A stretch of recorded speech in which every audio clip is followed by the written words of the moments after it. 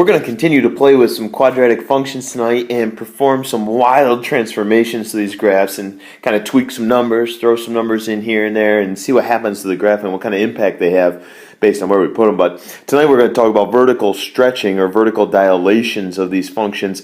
And I always think of silly putty for some reason. I don't know if you ever played with silly putty when you were little, but it's almost, you could always kind of stretch it out and press it down on a comic and then peel it off and so forth and kind of play with it and stretch it and whatnot. And that's a lot of what we're going to do with our functions tonight. Is I want you to imagine having a parabola on your silly putty and then stretching it vertically. So the only thing difference is I want you to imagine that you had your hands this way and we're stretching it up and down and stretching it vertically. Let's see, going this way up and down.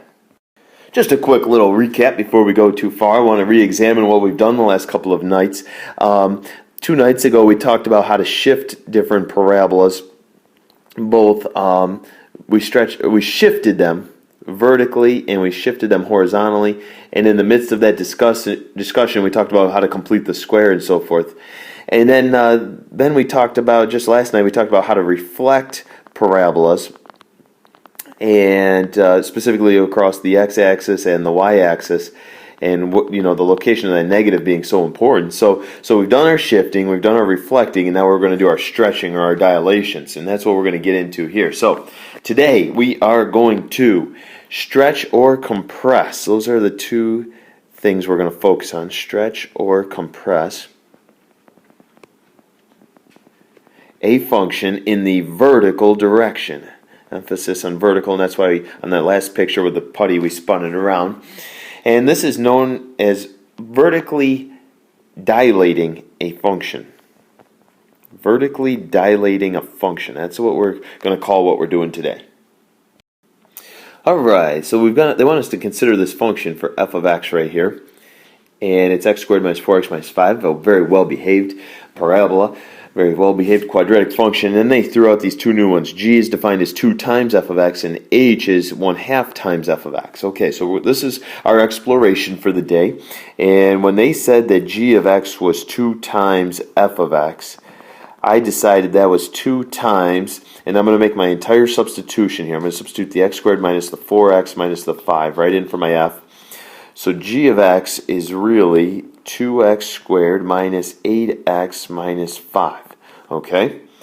Now, we'll switch gears here and we'll see if we can't find h. I'll split the page in half right here. And let's say that h of x is defined as 1/2 of f of x. So let's make our substitution. 1/2 times the quantity, x squared minus 4x minus 5.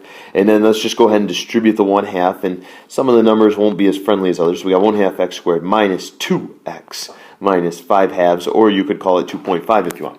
So I've determined the formula in simplest trinomial form for both g and h. Now I'm going to import a picture of the graph, and there's going to be 3 graphs on the screen, and we'll label them, okay? Okay, so let me describe to you this picture. I did do zoom standard, but then I tweaked my window by adjusting my y min to -20 so that you could see the real deep graph there. But anyway, the first one I want to talk about is just the original f of x, the very first one. And that's going to be the one that's in the middle here. Trace him. Let's see here. It's going to come down and hit the x-axis right there.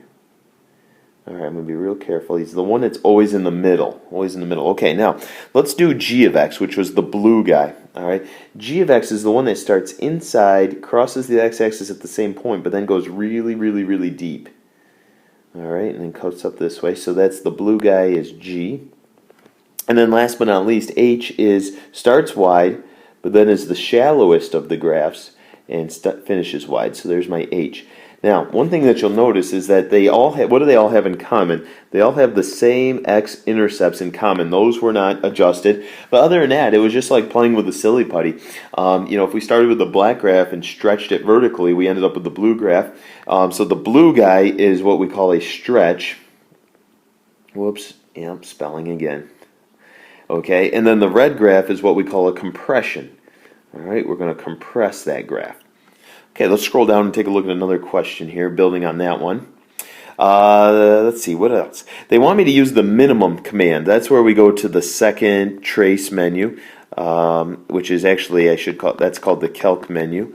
And you're going to go with number 3, the minimum command. And what that's going to do here is, let's say I wanted to focus on the blue graph here. They're going to ask me 3 questions. They're going to ask me for a left bound, and then a right bound, and then I'm going to guess. And that turned out to be, for G anyway, I got 2 comma negative 18. When I did it for the original F function, I got 2 comma negative 9. And then when I did it for the red graph, I got 2 comma negative 4.5. So what kind of themes do you have here in common here? And this is going to be really, really important to notice the pattern. The x values do not, not sure what happened to my pen there. They do not change. All right. The x values do not change. And then what happens is the y values are just multiples. So, we started with negative 9, then we multiplied by 2 to get negative 18, and then on the red graph we went back to negative 9 and we multiplied by a half to get negative 4.5. But the x values do not change, only the y values are changing. And that's why when we get into D here and they ask me what points did not vary when f was vertically dilated by factors of 2 or 1/2, it was the roots. Okay, and the roots are, another word that we like to use is the word zeros, or sometimes we call them the x-intercepts. And why didn't those change? How come those were not affected? How come those were immune to the dilating factors? Well, here's why. What were the roots? Okay, if I went back and I looked at my table, my roots were originally negative 1 comma 0, and let's see, what else were they? I believe they were 5 comma 0. So what's happening is the x values do not change. You multiply the y value by 2 and you still get 0. Or in other words, again, the x value doesn't change. You multiply the y value by 2 and nothing happens. Okay, so here's our big definition that we're going to put on our notebook, and then we'll put some fancy stars around it to make it pop off the page. But okay, so I want you to consider the function where h is defined as k times f. Okay, so we've got a factor of k right there, and it represents a ... Okay, number 1, it represents a vertical stretch if k is greater than 1. Okay, or otherwise it represents a vertical compression if 0 is less than k, which is less than 1. In other words, k is some kind of fraction or decimal that fits between 0 and 1. So we got to pay attention whether we got a stretch or a compression. Are we going to make it larger or are we going to make it smaller, basically? Okay, so our first multiple choice question here says they promise that negative 3 comma 12 lies on the graph of f, and which of the following must lie on y equals 3 times f of x. Okay, so what's happening here is we are vertically stretching. Okay, in other words, what we're doing is we are multiplying every single y value by a factor of 3. But what I really want you to notice here is that the x values, again, do not change. So let's take this point here. We're working with negative 3 comma 12. The x value is not going to change, and I'm going to multiply the y value by 3. So it becomes now 36. X doesn't change, y gets multiplied by 3, and let's go with choice number 2. Okay, so they've given us a picture of f right here. So what we're staring at right now is f of x. So instead of giving us an equation, they're giving us a graph. And they wanted me to consider the function g that's defined as 2 times f of x minus 3. Now they said there's 2 transformations that are occurring on the graph of f in order to produce g. Specify the transformation and their order. Emphasis on order. The order is going to be a big deal here. Now think about your order of operations in PEMDAS. You would certainly do your multiplication way before you do your subtraction. So what's going to happen here, in the proper order, number 1, we're going to multiply by 2. In other words, we have a stretch factor of 2. Stretch factor of 2. And then, after we do the stretch factor of 2, then we've got a vertical shift down. So we're going to shift down 3 units. So we're kind of combining what we're learning today with what we did 2 nights ago. And we're going to make sure they go in that order, okay? Now, in order to graph G, what I'm going to do is I'm going to figure out what the ordered pairs are for each of these 4 specific points given to me. This first one right here, I believe is, let's see, left 6, down 2. So I'm going to start with negative 6, comma, negative 2. First of all, if I do the stretch factor, negative 6 stays the same. The y value becomes negative 4 because I had to multiply by 2. Then I'll apply this downward shift. Again, the x value is not going to change. The y value moved down 3 units, so it's now negative 7.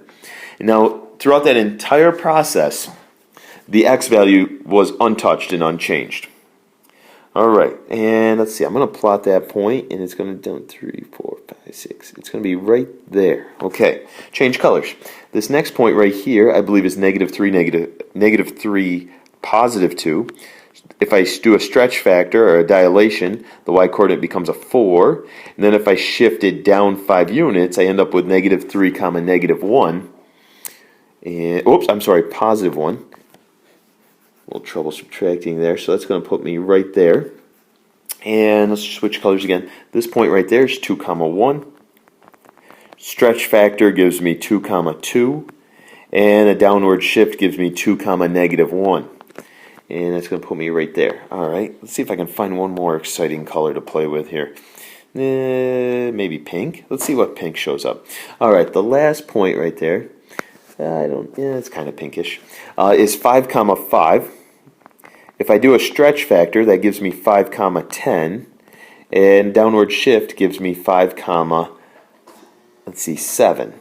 So 5, comma, 7 is going to put me right up here. All right, and if I connect the graph, G is going to look like this. And that's my new picture with a stretch factor of 2 and a downward shift of 3 units. Pretty wild looking.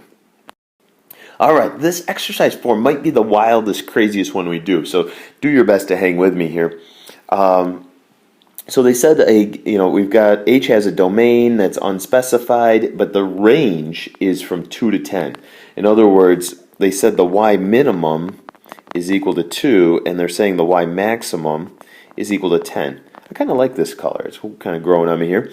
And then they said f is defined as 3 halves times h of x plus 8. So which of the following, we're going to try to develop who the range of f is. Now there's 2 things happening to f similar to the last one. Number 1, we do have a stretch factor of 3 halves. Okay, stretch factor. And that's just a fancy way of saying a dilation of 3 halves. Okay, and step number 2 is we're going to do a vertical shift up 8 units. So we're shifting up 8 units. All right, we'll see if we can do that. Now, so the lowest point on the entire graph, the lowest point has some x-coordinate that I don't know, but the y-coordinate is 2. So if I do a stretch factor of 3 halves, the x-coordinate is going to be unchanged, and the y-coordinate is going to be 3. All I did is I multiplied this guy by 3 halves, and I ended up with 3. And then I need to apply the upward shift of 8 units. Again, the x-coordinate's unchanged, and the new y-coordinate's 11. So all I did there was I took my y-coordinate of 3, added my 8, and got 11. So the bottom line is, let's make sure we know when to multiply and when to add.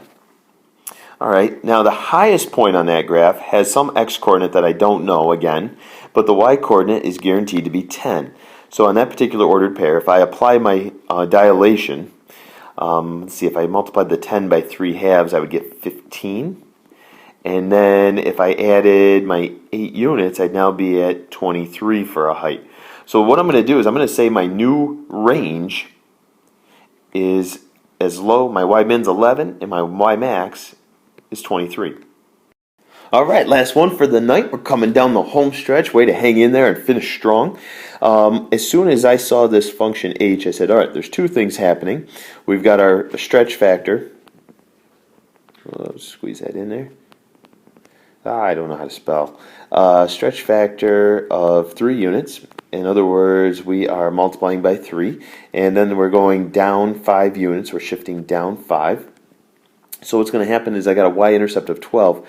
So I'm picturing a graph going 2, 3, 4, 5, 6, 7, 8, 9, 10, 11, 12. Okay, so somewhere up here. And the ordered pair is going to be 0, 12. By definition of a y-intercept, the x-coordinate has to be 0. And so I'm going to multiply or do a dilation of 3. So my y-coordinate's 36 and the x-coordinate's unchanged. And then I'm going to go down 5 units from there, so I'm now at 31. So the new y-intercept of h is, bada boom, at 31. So the big key tonight with your vertical dilations is that the x-coordinate does not change, and the y-coordinate's going to get multiplied by a stretch factor of, in this case 3 or whatever that multiple might be. Good luck, and we'll see you.